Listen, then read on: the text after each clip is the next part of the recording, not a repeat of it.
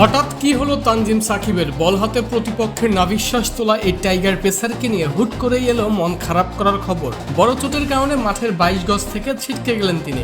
সবচেয়ে বড় শঙ্কার জায়গা, অনির্দিষ্টকালের জন্য পাওয়া যাবে না তাকে। তার কোমরের স্পাইনে সমস্যা ধরা পড়ায় আপাতত ক্রিকেট থেকে পুরোপুরি বিশ্রামে আছেন তিনি। গত 24 মে এই তরুণ পেসারের চোট নিয়ে দেশি ফিজিও এবং বিদেশি চিকিৎসকদের মধ্যে অনলাইন বৈঠকও অনুষ্ঠিত হয়েছে।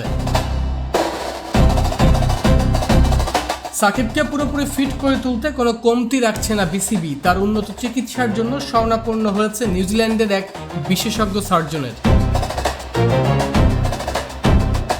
মনে করিয়ে দেওয়া ভালো, এই বিশেষজ্ঞ চিকিৎসক ভারতের জাসপ্রীত বুমরা এবং ইংল্যান্ডের জোফ্রা আর্চারের মতো বিশ্বসেরা গতি তারকাদের চিকিৎসা করে মাঠে ফিরিয়েছেন। আপাতত বিসিবির সিদ্ধান্ত অনুযায়ী আগামী 2 মাস পর সাকিবের শারীরিক অবস্থা পুনরায় পরীক্ষা করা হবে। যদি সবকিছু ঠিকঠাক থাকে এবং অপারেশনের প্রয়োজন না পড়ে, তাহলেও পুনর্বাসন প্রক্রিয়া শেষ করে সাকিবের মাঠে ফিরতে অন্তত 6 মাস সময় লাগবে।